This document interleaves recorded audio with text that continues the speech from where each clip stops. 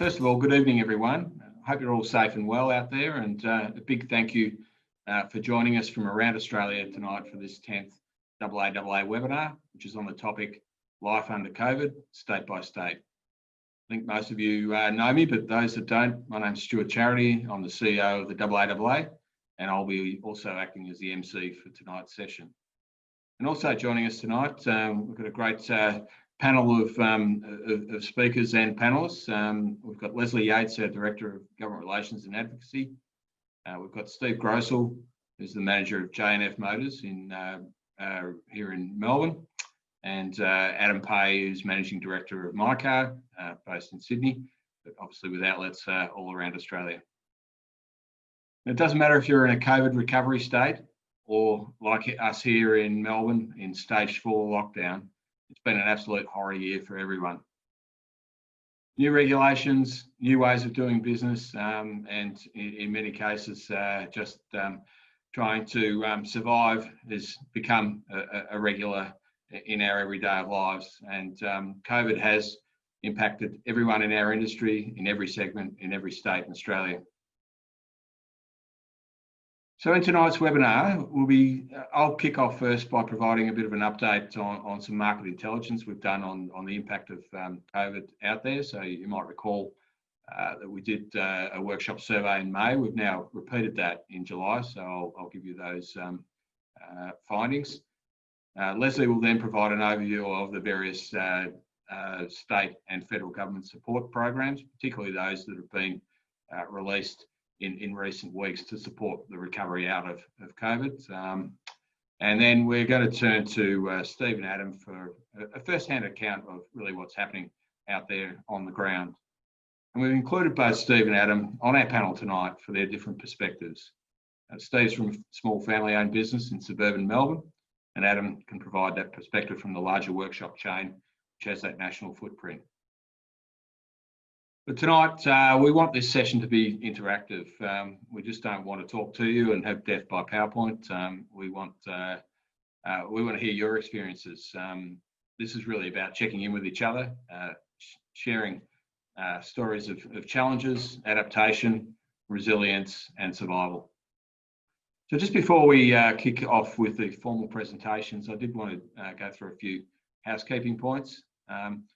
First, as I've outlined, the agenda for tonight, we will do a few PowerPoint slides. So you'll hear from Lesley and myself, but it'll only be 20 minutes combined duration at the most. We'll then go to Steve and Adam to hear their perspectives from the ground, and then we'll finish off with a 20-minute interactive Q&A session, which will provide you all with the opportunity to share your insights and experiences. For those of you that have participated in these webinars previously, you'll know that due to the numbers that we get on them, we're not able to activate microphones of all the attendees.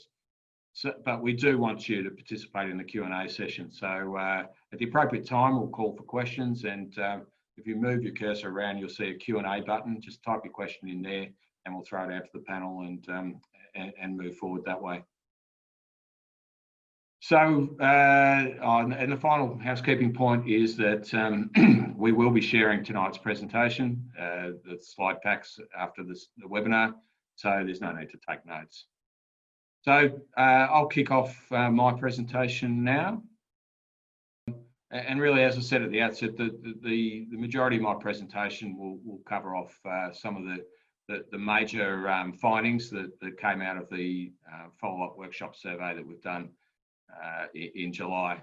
But first off, I just wanted to cover off some of the activities that the AAAA has been doing to support the industry, really from the first time that we heard about COVID, which was February, and certainly things started to ramp up as restrictions were ramping up in March right through to the present day. And I guess first and foremost, what we've been focused on is getting quick, accurate and pragmatic information out to you. I know that we're all just being flooded with information from different resources, different governments and so on. So we've got our government relations team are doing a terrific job of really cutting through all that and giving or giving you what you need to know in plain English as quickly and accurately as we can. We've also developed a whole range of resources, everything from templates to door signs to COVID safe plans, which will soon be mandatory for all businesses in Victoria, and even access to when masks became mandatory in Victoria, we found a source of those and site decontamination. So in the event we're not aware of any AAAA member workplaces having a COVID outbreak, but if they were to, we've got a supplier that can come in and do a deep clean. A lot of those resources have really been shaped by ideas from members coming to us saying, could you please think about doing this? So we're certainly keen to hear of what other things we could provide from a resource point of view to help you through. Our HR and legal service has also been very busy. So Emma and her team at ILG have been getting a strong flow of questions, particularly in the human resource and workforce management side of things. Obviously, there's a lot of adjustments to businesses, and businesses want to do the right thing by their employees. And the team at ILG have really been helping members step by step through those processes. And finally, we are doing business sentiment surveys, both to inform I guess to identify the needs out there from a membership point of view, to inform our service delivery, but also to inform our advocacy and government relations efforts. If we don't know what's happening out there, we can't tell government what our needs are. And just on that, our team have also put a huge amount of work into ensuring that the government is aware of the size and importance of our industry, and the AAAA was instrumental, we believe, in getting the automated repair and service designated as a essential service in this stage 4 lockdown in Victoria, which I think is, whilst it's, as you'll see, it's had a major impact on, excuse me, on business activity. It has meant that we haven't had to shut down completely, so that's been really important. So the next slide, going into the survey. So as I said, this survey was building on the initial COVID survey that we did in May, and the period of time really runs over the whole of the month of June. It's important to note that, the month of July. It's important to note that stage 4 restrictions weren't introduced into Metropolitan Melbourne until the end of July. So essentially what this covers is Melbourne in stage 3 and regional Victoria with no restrictions at the moment. So as you'll see, even under the second stage 3 with the second wave, Victoria has suffered pretty badly, but we anticipated that the worst was yet to come with stage 4, which is what we're living in at the moment. We'll hear from Steve and Adam what that's like shortly. So I guess the highlights of the survey are that the good news is that our industry is open. The majority of workshops are recovering, the business that they lost during the lockdowns.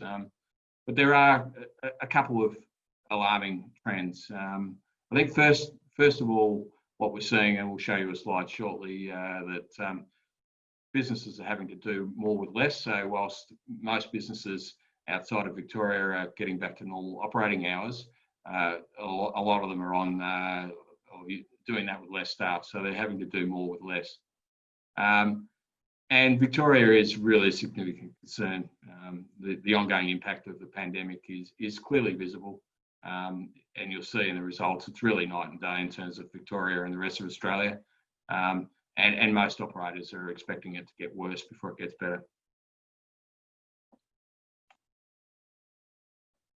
And we are seeing very large variations between different states. In fact, if you're living here in Victoria with us, and particularly in Melbourne, you feel like you're in a different country. When you're seeing Facebook feeds from the rest of Australia, it really is, it really hits home how difficult conditions are here in Victoria.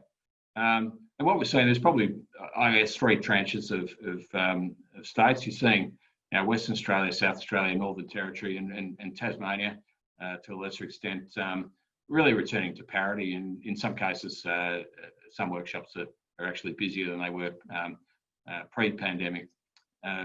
Queensland and New South Wales are still recovering, or elements of the industry are still recovering, although Queensland has gone through fairly well. But what we're seeing in Victoria is that the Victorian operators are seeing significant declines in business with worse to come.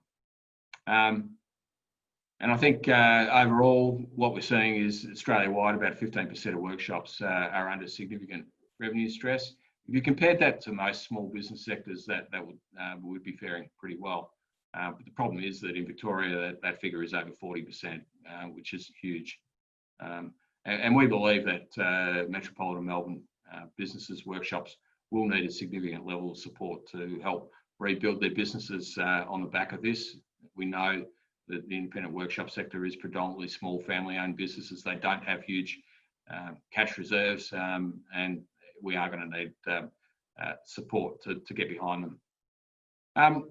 This next slide shows you the impact by region, and the question is, where do you see things from a revenue perspective in the next 4 weeks? And what it does is compares the results between our survey in May and then again in July. I think the first thing to note here is that there's much more certainty, whether it's good or bad, over revenues. You see there was a lot more uncertainty early on. That we would expect that. We were living at the experience for the first time, whereas I think people are now more certain. But also what we're seeing is really that three phase. WA, SA, Northern Territory, almost back to normal. Only 20% of businesses expecting slightly worse, so 80% much better. But with Queensland and New South Wales, you're seeing a cohort, 15 to 20% of businesses that are either slightly worse or significantly worse, or don't know. But the big outlier there is in Victoria. You can see over half the businesses are expecting a downturn in revenue over the next 4 weeks, and that, as I said, is going into stage 4 lockdown. Also talked before about number of employees, and this next slide goes to that.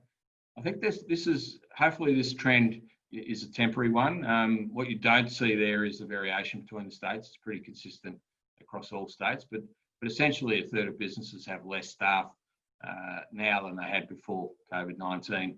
And when you compare that to turnover figures, where a lot of them are back to normal, what we're seeing is businesses are operating with less staff, but in some cases doing the same or more work. We'd like to hope that employment levels do bounce back over time, but that's something we do need to watch.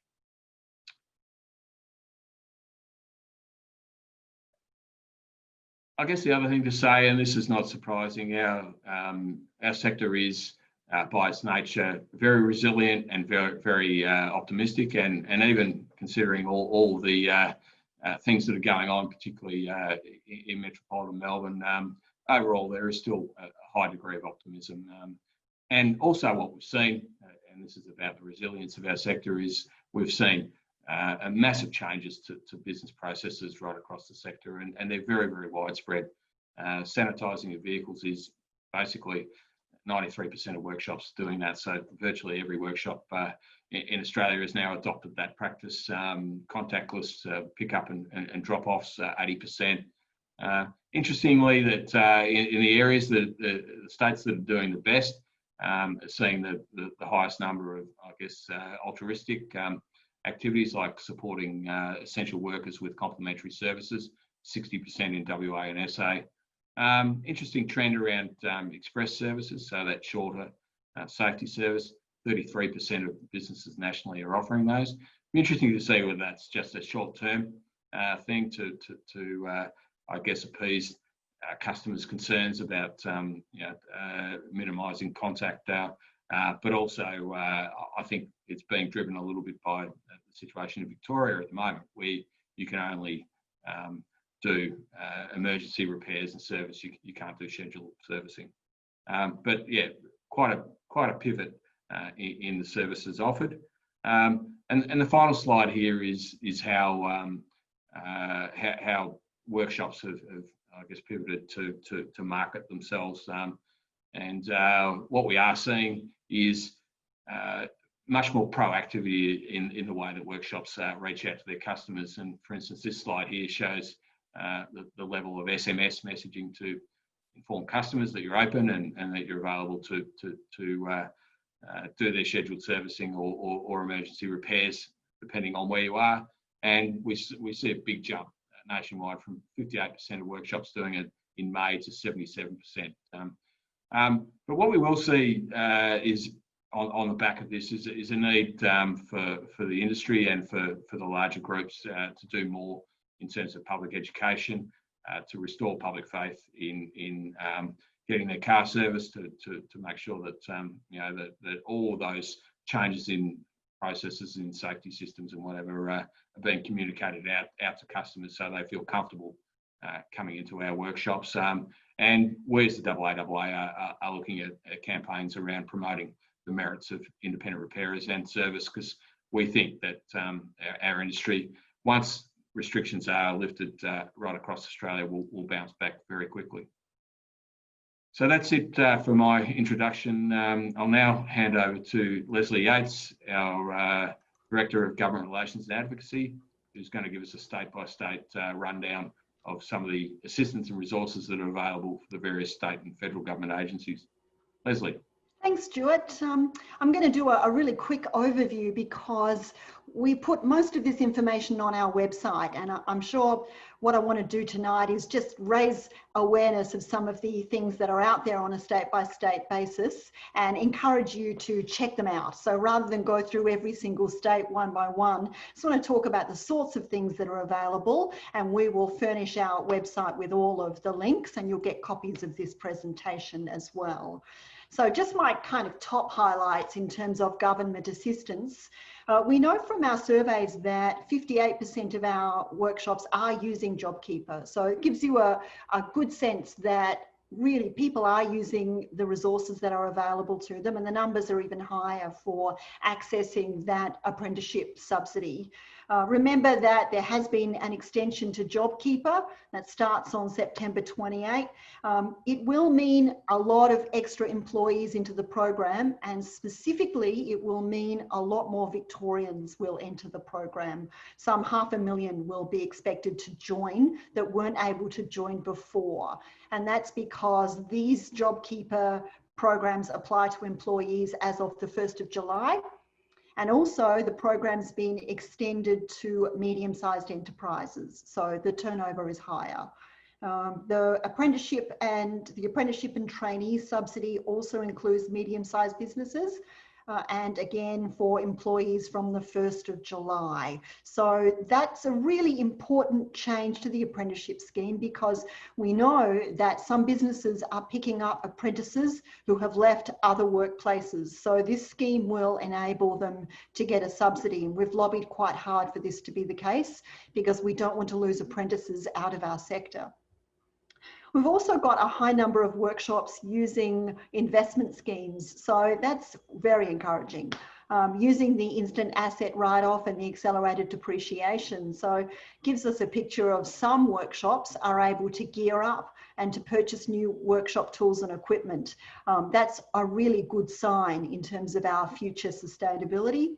I would put a plug in here, unusually, for the Australian Tax Office, because they have done some amazing work in making their site user-friendly, and they're running a series of webinars. They only last about 40-45 minutes. They're actually quite good, and I do recommend you checking in, unusually for me, recommending that you check out the Australian Tax Office's COVID website, because it does have a lot of resources on it, and some of them are very, very good. So really upped their game in terms of education directly to business.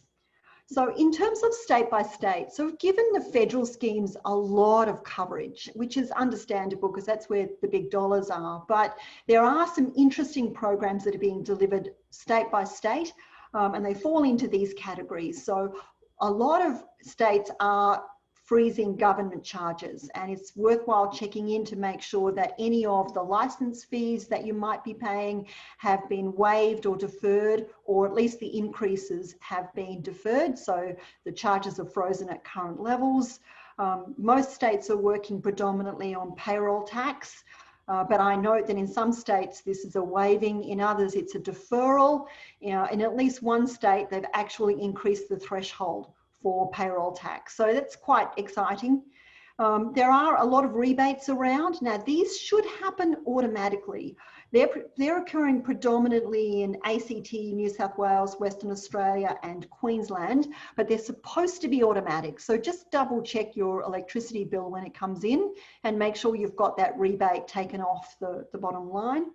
There are some grants and loans available, and I'll show you where all the sites are for you to get hold of them. But I have to say that the grants are either very sector specific, so they're really, a lot of them are geared toward tourism and hospitality, or they're for small businesses that were forced to close. So for the grants and loans, you need to be a JobKeeper recipient, and there is more cash there for businesses that were forced by government edict to shut their doors. So for many of our businesses that are feeling some distress, but weren't forced to shut or to operate under limited conditions, those grants don't look fantastic, but it's still worth checking in, and I'll show you some of those links in a moment. There have been some changes to employment legislation. New South Wales have altered their long service leave regulations, which enables people to take their long service leave in small tranches. So if you've got a long-term employee and business is slow, you're able to break down their long service leave and take it in small amounts, something that wasn't previously possible in New South Wales. And of course, there is a lot of support for commercial tenancies on both sides. So there is support for businesses that are negotiating with their landlords for reduced rent. And most states have programs in place that encourage landlords to view that with respect and to do that. And if they don't, each agency have got dispute resolution mechanisms, and in some states that's actually a very strong mechanism. And there are also programs to support landlords that have given a rent break. So those tenancy activities are pretty much in every state of Australia, and they're worth looking into. Every state is offering business and advisory services. In some places they're giving you a grant for that, so you'll get $750, but you've got to spend it on a business advisory service. Look, they ebb and flow, I think. For some people I know, you've got your own business advisors, you've got trusted accountants, and they're the people that you're relying upon. Sometimes the business advisory services are actually much more useful for businesses that were just starting out. For brand new businesses, they can sometimes be a useful roadmap for the sorts of activities that should be undertaking. But every state in Australia will offer access to business advisory services for cash flow management, for debt consolidation. They come into play a lot more when things are really getting quite dire. Expect to see more of Category 6 occurring throughout Australia. So a lot of governments now embarking upon support programs for infection control, and there will be a lot of training, free training available. And I think the South Australians on the line know that most workplaces in South Australia now have a COVID warden, just like a fire warden. That person is trained in infection control and is the person responsible for ensuring that COVID safe practices are occurring on site. And the South Australian government trains the COVID warden in an online training program free of charge. So expect to see more of those coming your way. So what I've done here is just listed each of the websites. I have to say that a couple of the websites are fantastic, like the Queensland one. There is a business assistance finder. So rather than having to trawl through everything that is available in Queensland, you're actually able to enter, this is my business, this is where I'm based, this is how large the number of employees that I have, and it will spit out for you the sorts of things that you're able to apply for. Not many grants in Queensland at the moment, predominantly rural. So if you're a rural Queensland base, you might be able to still have access to some of those grant funds. The New South Wales government putting a lot more emphasis on financial counselling. Same with the ACT government. So some very small grants, but again, most of the emphasis on advice, support and rebates. South Australia, again, that COVID, they are putting most of their effort into maintaining their current zero cases. So mostly on supporting workplaces to be COVID safe. Business support in Tasmania actually looks quite good if you're able to prove that you've lost dollars as a result of tourism. Western Australia has got a very good user-friendly site. Not a lot of grants available in Western Australia, but the rebates are good and the list of fees and charges that have been waived are quite generous as well. That brings me to Victoria. So Victoria is offering that suite of programs that I covered earlier, but I just wanted to put a plug in for their business support package. It is a new package or an extended package, but the program, the applications for the program close on the 14th of September. So I thought this was a good heads up that there are grants available of up to $10,000. And as you can see here, they're pretty generous in terms of the categories. Now you do need to be a JobKeeper recipient in order to apply. And the grant, it is a competitive pool, but there is some $50 million in this pool. So you do need to be putting up projects that you think, or activities that you think are likely to get funded. We'll put a fact sheet on our website about this business support package. And Stuart will add a little bit more value in there by putting up what we think some of our major tips might be for how to be successful in getting that pool of grant funds. You'll recall they did this earlier and the funds were about $5,000. If you did get a $5,000 grant last time, you can still apply for another $5,000 grant this time. So all these links will go up on the website. They take you straight to the business page and not to all of the health warnings. So cut through all of the general COVID information. It is worth making sure that you're getting what you're entitled to get, checking that some of the rebates apply. And for the Victorians, I would certainly suggest having a look at this $10,000 grant fund, because all of our members in Victoria were subject to severe restrictions. And if they're JobKeeper recipients, they may be in a good position to take advantage of this fund. So that's me, Stuart. Everything else is available on our website, and we'll make sure that's as up to date as of tomorrow. Thanks, Lesley. That's great. And thanks on behalf of the members for all the work that you and the team have been doing over the course of the last 6 months. It's been a really fluid and rapidly changing environment. And yeah, I think you've done a great job. And just a reminder on a couple of things that, as I said, all the links and that presentation will be sent to everyone directly after this webinar.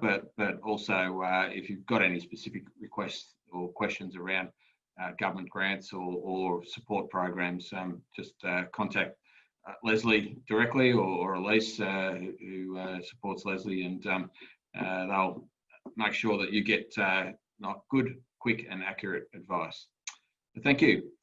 So now it's a good time to introduce our panellists, and I wanted to start off with Steve Grocl.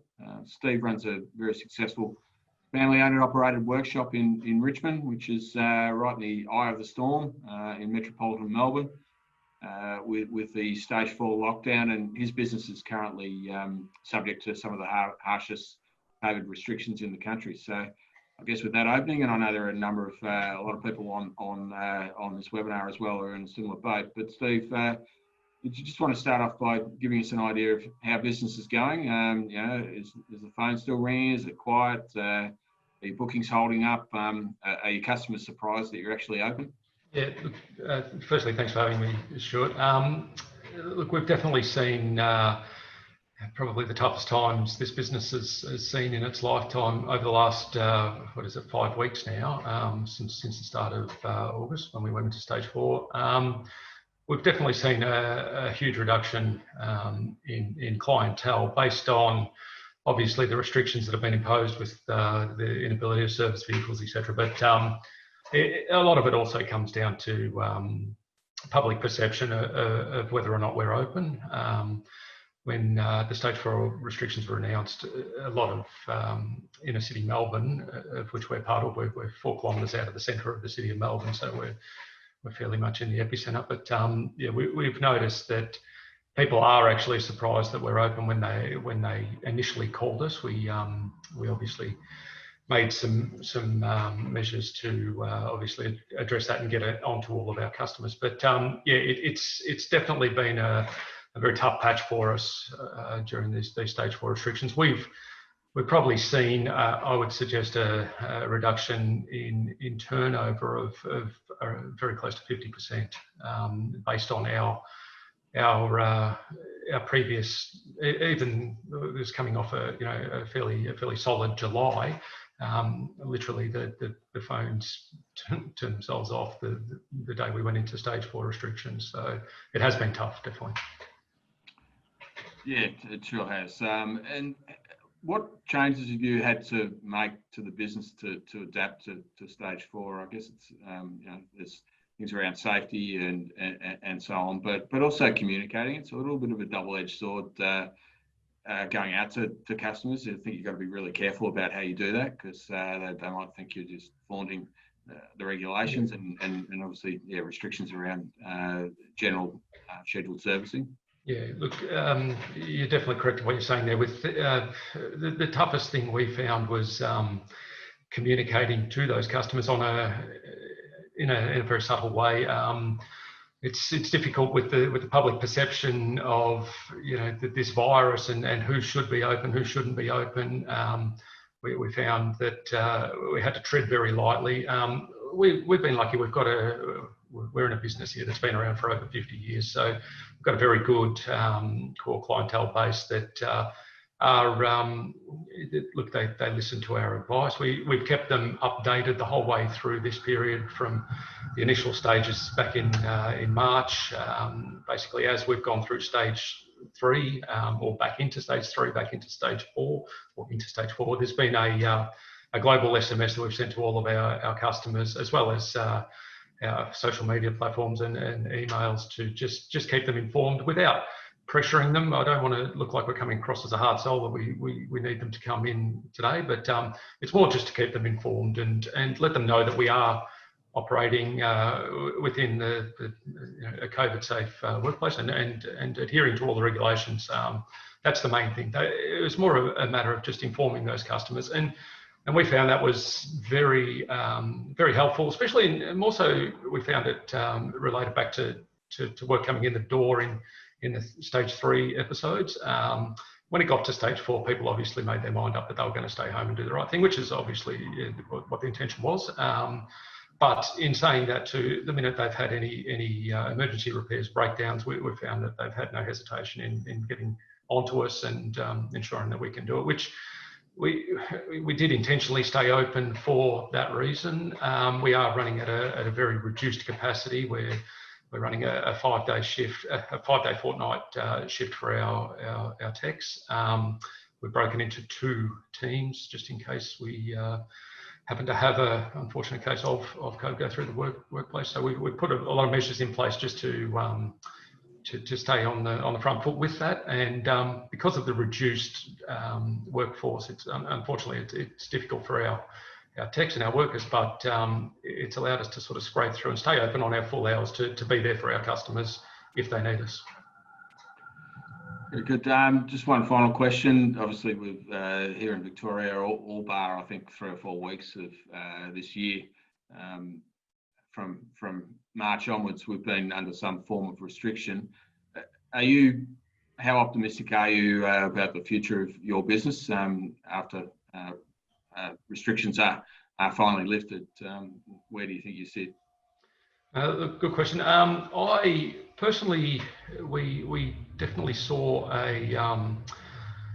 huge jump in bookings and in work coming through the door, even coming out of the initial stage 3 restrictions that we had. So through the June-July period, even predominantly leading up to the July school holidays, we've really noticed a huge increase. I think obviously with the change in the way things are happening and the way people are operating, a lot more people hanging on to their older cars. We're doing work on these cars that people would normally choose not to do and sell a vehicle and buy a new one, but they're not in a position or they're not willing to jump into a position where they're put under further debt or further duress at the moment. So we're actually, I'm quite optimistic if we can stay on top of these restrictions and come out of these restrictions, that it will be quite positive for our industry. We, as I was saying earlier, July really proved to be a great month for us. That was, from memory, it was probably our best month we've ever had, and that was still coming through into a stage 3, stage 4 scenario. So I think there is optimism. It's just a matter of, obviously, that the whole on again, off again thing is making people very, very uncomfortable, very wary. I think once we get a little bit of a sense of normality and a light at the end of the tunnel scenario, I think it's going to be quite good for our industry.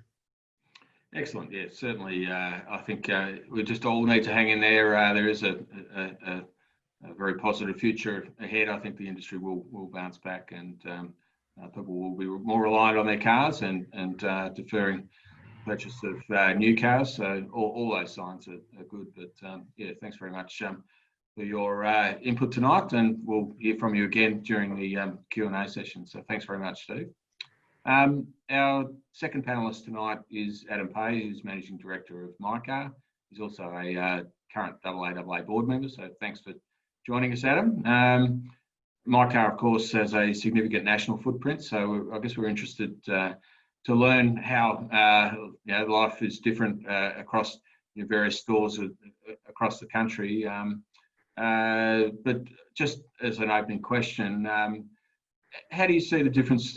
Obviously, you had to manage that initial national lockdown across your entire store footprint. How does that compare to the situation now, and what are you seeing across your business from state to state now? Yeah, really good question. I mean, it's really interesting listening to Steve. You look at Steve and you go, very, very similar journey. But Stuart, firstly, thanks for inviting me along tonight, and for the way that you've managed yourselves and supported the members throughout this pandemic. You and the team have done an absolutely fantastic job. And then for anybody on this call that owns a business, runs a business, or is in some way, shape or form responsible for steering a business, I'd like to say well done for navigating through this, no matter who you are, the size of the team, the business, or the size of the business. These are undoubtedly challenging times, and been a real steep learning curve for everybody, particularly in the absence of a rule book. But from where I sit, all I can see is an industry that's demonstrated a fantastic level of resilience. And it certainly reminds me of why I'm so proud to work in this industry, no doubt. But to back to your question, Stuart, initially, I mean, the media coverage was spread across a global scale rather than locally. I think for me, it felt like there wasn't much difference across the country as the states and territories were all implementing similar measures. Like many businesses, we watched this unfold really quickly, but knew we had to develop a plan a little quicker. But our plan was quite simple, and it would be no different to many of the people sat around this call now. Keep our team and our customers safe was number one priority. Keeping the stores operating as ordinarily as possible for as long as possible to make sure that we can A, keep the team together, and then B, be there for customers when they need it as most, and protecting cash flow. So I think as a business for the first month or so, we were able to take a national approach. Most of the measures that we put in place back then are still in place today. Contactless key exchange, pre-post sanitising of driver controls and increased hygiene measures, they're all still in. But I think then, as the numbers began to spike in certain states and the borders began to close, we knew we'd have to adjust our response specific to the state's requirements. And then since then, it's been a very, very different picture, state by state. If I look at Vic for a second, we've got the largest portion of our business based in Vic. I think we've got 92 stores across Victoria. And they're all, most of them, I think 70 odd, are operating under stage 4 restrictions. So that the business is really challenged in Victoria at the moment. The customers we're seeing really, really need our help at that moment in time. They just need their cars for work or essential tasks. That's exactly what we're seeing, similar to Steve. I think the mental strain on the team members in Vic has become very visible. You can see that when you're looking down a Teams call at the guys in Vic versus the guys in WA right now. You can feel they're just a bit over it, more than a bit over it, I would imagine. But they've proven themselves to be incredibly resilient and adaptable to new ways of doing business, which is exactly what they've done. New South Wales, which is where I am, seem to be stuck in a state of fear, along with ACT, but they seem to be stuck in a state of fear. I think given the proximity to Vic and the constant small cluster outbreaks in Sydney, everybody's paralysed at the moment with that. But like many retailers, we've adopted similar stuff like face masks in our stores, protective measures, as well as general COVID protections. We've got most of our office-based team members still working from home, which we continue to support. I'm in no rush to get them back into the office anytime soon, given the uncertainty we've got in New South Wales.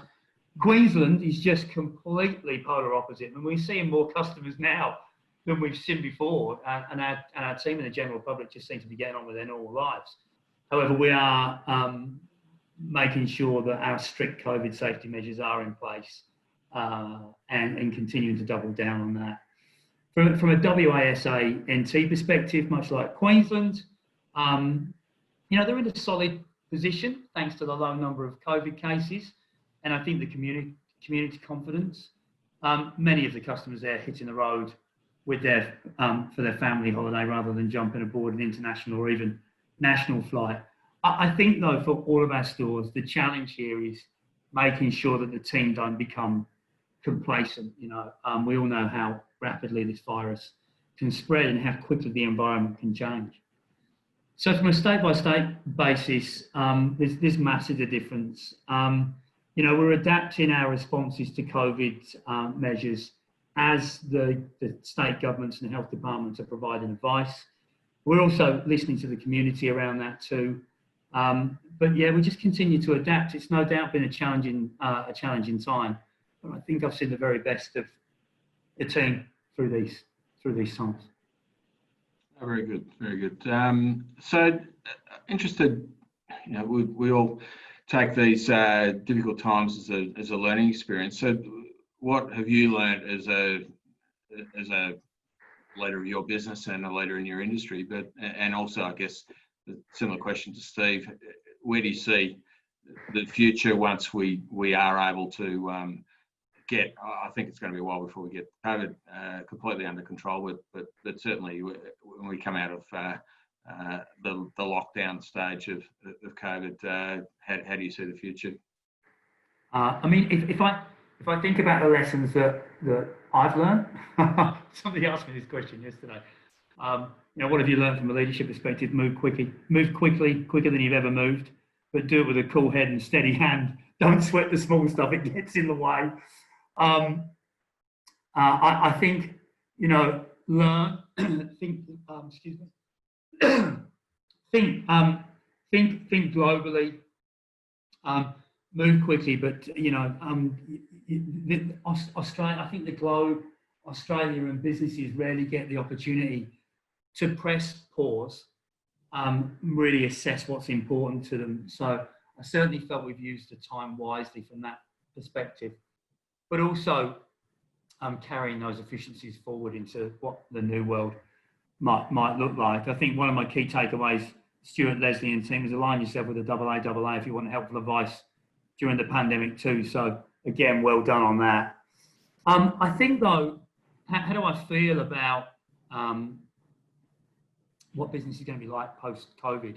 I'm actually really optimistic about business post-COVID. I think we continue to stay close to our friends in similar organisations around the globe, particularly China, UK, Europe, and they're already experiencing a strong post-COVID environment in most cases. We've got people moving away from public transport in favour of personal vehicles. Some that were previously not in favour of car ownership are now buying a vehicle, but in most cases it's a previously owned rather than new, which is good for us. Others are talking to us about holding on to their cars a little longer, fixing them up rather than buying a new one. more people are holidaying locally, staycations, which means they're driving longer distances, which again is good news for us. And I mean, I'm based in Sydney, and I tell you, it certainly doesn't feel a great deal different when you're out on the road. There's a lot of heavy traffic, and I'm in traffic jams on the way to and from work on a daily basis. So I'm actually really optimistic about what the world looks like post this. I just think that we've got to be ready to live with COVID, rather than say there'll be a world without COVID. I think we've got to learn to live with it, and we need to, as an industry and a business, remain agile and ready to adapt. Fantastic, thank you. All right, so I might ask Steve and Lesley to come back on, and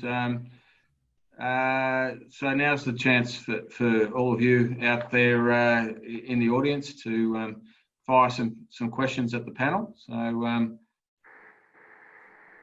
you do that just by clicking on the Q&A button at the bottom of your screen and typing in a message. But while we're waiting for some questions to come through, Adam, you mentioned that around that issue of morale with your Melbourne staff, or just their demeanour and so on. Throw a question to both of you. What steps are you taking to try and manage that morale around the stage 4 lockdown with your teams? Steve, do you want to have a first crack at that? Yeah, look, Stuart, it's a tough ask for all of our workforce. Obviously, the biggest thing we're finding, majority of our workforce have children, they have families. Stage 4 lockdowns proving quite difficult, as I do. I've got an 11-year-old son, and the whole it's homeschooling, and my partner unfortunately has had to change her work schedule based around that.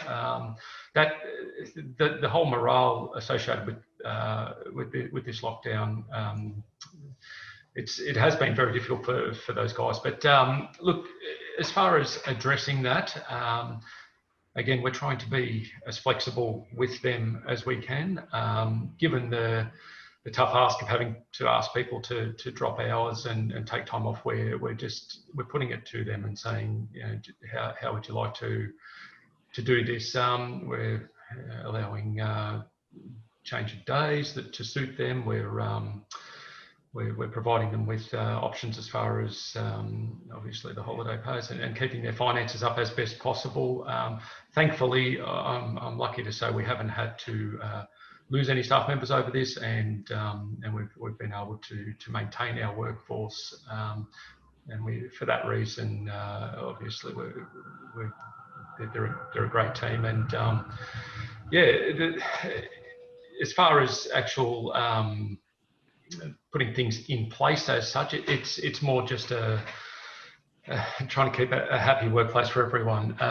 We're all going through the same things, and we're all bouncing our thoughts off each other every day, and basically it's just a matter of being there for each other. At the moment, we're finding it is difficult, and everyone's got their own versions of problems, but if we can help each other out throughout our team, that's what we're aiming to do. So we're, again, just trying to be as flexible as we can to keep the morale up.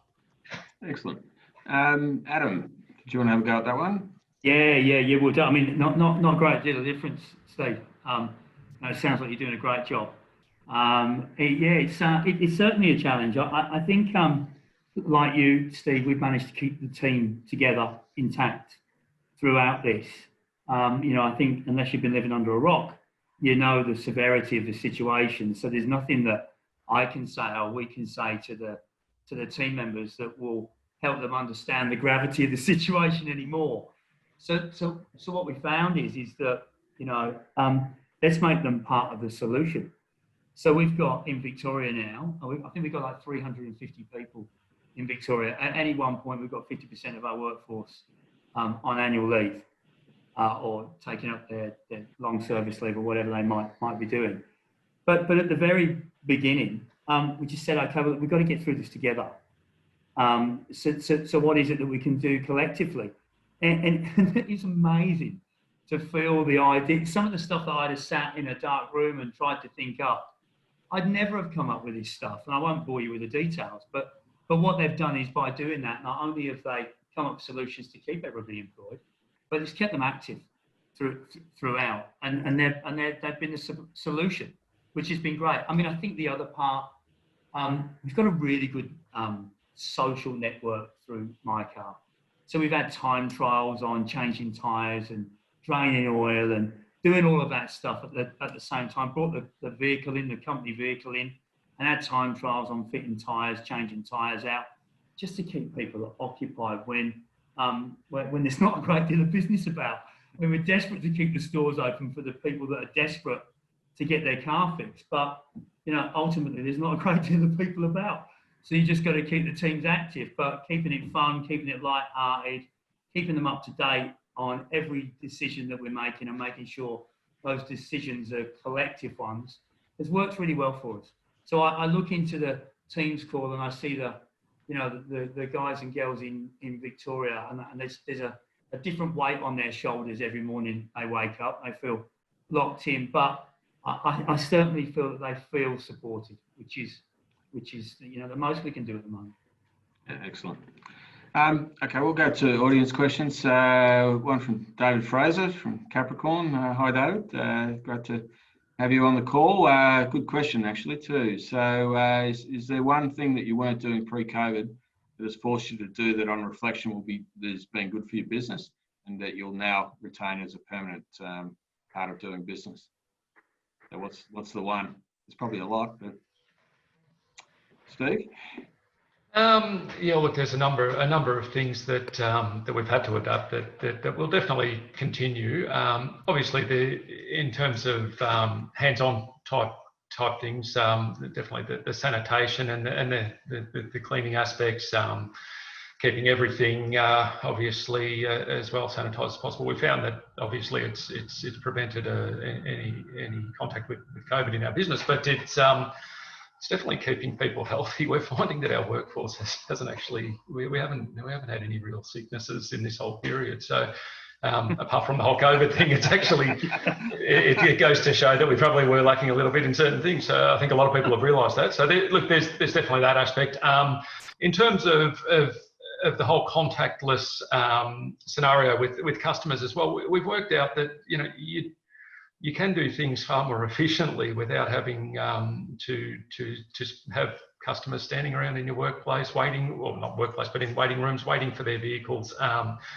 It doesn't take a lot of initiative, or it's something that we've had to adapt. But to be honest, we probably should have adapted that a long time ago. So yeah, that whole contactless process is actually proving to be quite efficient for us, and also for the customers. So that's definitely something that we'll probably find that we'll carry on post restriction or post COVID if it occurs. So yeah. Excellent. And Adam? Yeah, good question, David. Hi, David.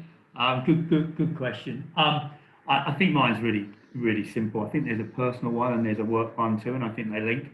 I mean, we've learned to communicate way more efficiently during this time. We've tapped into different communication channels that we weren't using before that we'll absolutely use moving forward. So I think wrapping our arms around the team really quickly through Teams or whatever it might be is going to be really good. And the other one for me is, so that then leads into what isn't great for Virgin or Qantas. It means that we won't be flying as much. So, we were always, we had a laser focus on costs on flights, but you thought you did before this. Now you realise you don't actually have to be everywhere. It's superb. And what's really nice for me personally is my daughter and my kids, on a Sunday night, I used to say, okay, well, I'll see you on Friday. I haven't done that for months. And I know there's no real substitute for getting in front of people. And with a national network, you need to get out and get in stores. It's where I spend most of my time. And I miss that dearly, but you don't always have to be there. So I think there's a real efficiency for mycar, but I think there's also a real good efficiency for the environment too, and for family. So yeah, good question, Dave. Another good question here. Do you think we'll see better collaboration between workshops post-COVID? Things like messaging to consumers. So I'll throw it open, and Lesley, you might want to have a go at that one as well, but throw it open to anyone that wants to have a go. There's certainly a lot of benefit in having spoken to each other about what the right messaging is, and we made sure when we put out advice about what the line was that we actually put it out as a consumer message. But gee, it feels very supportive, doesn't it, when you see other workshops on message and each doing exactly what they should be doing. First of all, it's good for the reputation, but it's also good for consumer confidence if everyone's giving the same line. So I really do think that everyone calling into the office saying, this is what's happening, this is what people are saying, responding quickly with the actual words. And I did have a few workshops send me their SMS messages and ask if it was okay. In each instance, they were spot on. So I'm hopeful that that is right, that we will see an ability for all of us to talk to each other about what's the consistent messaging to consumers that comes out of our sector. Excellent. And I think, Lesley, if I can just, sorry, Stuart, you know, the role that the AAAA has played throughout this for that very reason has been absolutely superb. And, you know, I felt more than ever that when you're talking between organisation to organisation, the consistency in the approach has just been another level up, another step up. So well done. Really good. Really good. Thanks, Adam. Personally, again, I believe AAAA has done a great job in obviously bringing workshops together and conveying the correct messages. I think as an industry, we've actually done very well in the circumstances in comparison to a lot of other industries. A lot of that does come down to obviously AAAA, but members as well doing the right thing. I think personally that our industry has really taken it on and done it the right way, so that hopefully that leaves us in good stead as we go through this. If it carries on for a longer period of time, the consumers actually look at us as an industry that's doing the right thing. Yeah, certainly, I agree with those sentiments. And one of the things it's always intrigued me is that if you look at the car industry, they all fight vigorously for sales, but in their messaging to consumers, they're very, very consistent. They all follow the line. We all know, you know, the lines. But we haven't done that as an industry. But I think there's a lot more camaraderie in our industry as a result on the back of what's happened. And I think that, you know, the time is right for us to start getting more consistency about the way we present our respective businesses to consumers, and really taking the car industry on at their own game almost. This is one specifically for Steve. So with small to medium businesses, the boss or owner can be the key to workflow. Steve, how have you negotiated this? Yeah, look, it is difficult. Most small businesses of similar size to ours, with say 10 employees or so, you've always got the owner normally running the show. Given the circumstances, we've basically shared the load a little bit. As I said earlier, you know, breaking ourselves into two teams to reduce the risks. To do that, you do have to share the load, and we found a lot of our, or a couple of our employees are now stepping outside of their normal roles to take on other roles, and it's proven to be working very well. I think that a lot of businesses could probably learn from that and change the way that they've been doing things for a number of years. And yeah, it is definitely something that we've been sort of forced into by this situation, but it's for the positive, I believe, and it's working well. Excellent. This one's a little bit cryptic, but I'm just trying to interpret it. So basically, because we can't really predict what's going to happen from a restriction point of view, and in this uncertain environment, what do you think is going to happen? Or where are we going to get to a point where we can confidently drive new capital expenditure return into the industry. So where are we going to get back to, or when do you think we're going to get back to some sort of level of COVID normal, if you like? I can't say that one. I think some of the some of the economic indicators are interesting, and I think it might have been Adam and Steve mentioned this, that used car sales are up remarkably. Confidence in public sector transport is down, and we're all going to be taking holidays. In Victoria, we're going to be taking holidays in our own postcode. But in other areas of Australia, they're going to be taking holidays either in their own state or possibly interstate. So we do have an opportunity here for growth, but we're going to have to gear up pretty quickly. It's a good question about what needs to happen for people to make that investment jump. We're certainly talking to the government about more and more opportunities for capital investment incentives, because I think we need to gear up quickly to meet the market. And I think it's going to be interesting over the next 3 months. We are going to see increased demand, particularly if we as an industry association start punching that message out about, we know you're about to take a road trip because you've got no other choice. You need to get your car checked. So, and you need to have a look at maybe adding on some accessories to make your trip more pleasurable. So we've got a real window here, but the train will leave the station if we don't hop on board. So we've got to drive some confidence out there in the market to invest and get ready for it. Excellent. Well, we're close to 7 o'clock, so there's a couple of comments. One from Emma at EV Up. I think, Adam, you know Emma. Hi, Emma. Yeah, saying it's good to remind ourselves that we're in it together, so thanks for sharing the stories. And Tim Byrne saying workshop projects work well, Adam.